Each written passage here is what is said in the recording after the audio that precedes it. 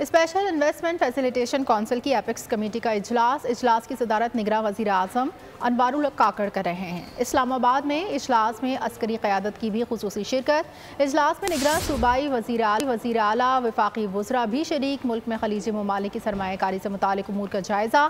चीन समेत खलीजी ममालिक की सरमायाकारी के इक़दामात पर briefing. Special investment facilitation council के एपेक्स कमेटी का इजलास की सदारत निगरान वज़ीर आज़म अनवारुल हक काकड़ कर रहे हैं। इजलास में अस्करी क़यादत की भी खुसूसी शिरकत। इजलास में निगरान सूबाई वज़रा आला वफाकी वज़रा भी शरीक। मुल्क में खलीजी ममालिक की सरमायाकारी से मुतालिक उमूर का जायज़ा। चीन समेत खलीजी ममालिक की सरमायाकारी के इक़दामात पर भी briefing. Special investment facilitation council की एपेक्स कमेटी के इजलास के हवाले से आपको अपडेट करें। इजलास की सदारत निगरान वज़ीर आज़म अनवारुल हक काकड़ कर रहे हैं।